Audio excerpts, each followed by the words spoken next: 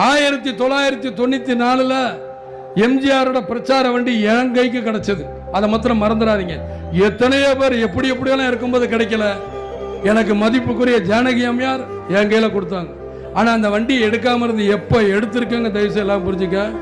2005 அந்த வண்டி நம்பர் 2005. 2005 அந்த எம்ஜிஆர் வண்டி விஜயகாந்திடம் செல்ல வேண்டும். விஜயகாந்த் அந்த வண்டியில தான் பிரச்சாரம் போகணும் நெத்தியில எழுதியிருக்கு. எனக்கு ஒன்றும் கிடையாது. நான் மாட்டும் உங்க வீட்டுக்கு வந்தா ஒரு டம்ளர்ல கஞ்சி வாங்கி குடிச்சிட்டு டக்குன்னு போய்கிட்டே இருப்பேன். நான் அந்த குணத்தை சேர்ந்தவன். எனக்கு பெரிய வசதியா படுக்கையில படுக்கணும் போகணும் அப்படிங்கிறலாம் எண்ணம்லாம் எனக்கு கிடையாது. நான் இப்ப தரையில படுக்க சொன்னா வாடு நல்லா படுத்துங்க.